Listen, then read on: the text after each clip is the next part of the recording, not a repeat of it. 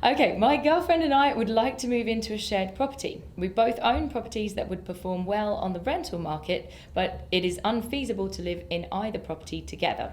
My property, A, is worth $215,000 with $60,000 remaining on the mortgage, and I have $35,000 in savings.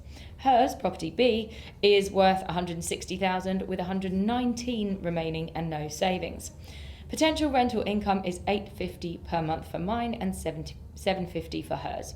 The property we want to purchase is £300,000 and our joint income is £78,000 with middle of the road living costs. Would we be better off selling both, or keeping both as a buy-to-let, or keeping one as a buy-to-let? The prospective, bear with me, the prospective method we had in mind was to release equity in property A, e.g. $40,000 for mortgage of $100,000, and to sell B and combine my savings, equity release from A and $40,000 from the sale of B for the deposit on the mortgage of our prospective purchase. Right. Advice, please, if you can remember that far. Yeah, okay. All right, so essentially just looking at what they should do with their two existing properties so that they can get a home together. Exactly. That makes sense for them. Yes. Yeah, okay.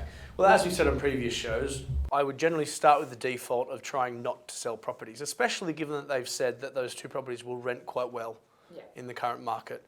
So if those properties rent well, they obviously work as an investment. So if they can keep them, that's probably the ideal scenario. Because, you know, as we said before, selling property is expensive. You're going to pay capital gains tax.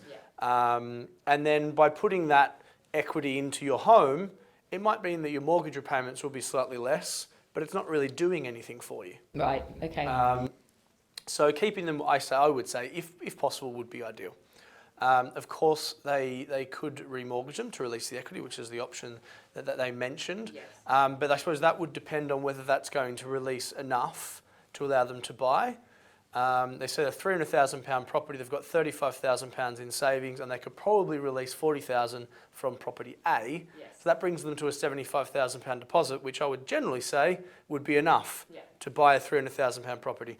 The only reason they would therefore sell property B is if they wanted a lower mortgage, or if they couldn't afford the higher mortgage, I would say.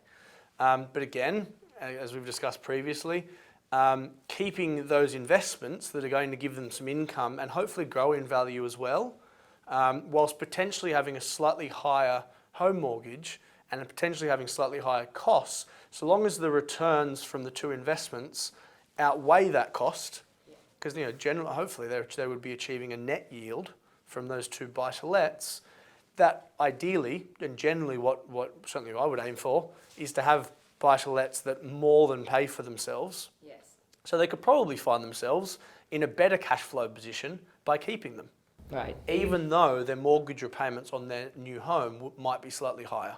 So, but they'd still have those other properties. I suppose you're talking in terms of a more of a long-term approach for them. Well, yeah. So let's say, for example, they have to pay an extra £100 a month for having a slightly higher home mortgage on their new property, but their two buy-to-lets are giving them £200 a month of net cash flow.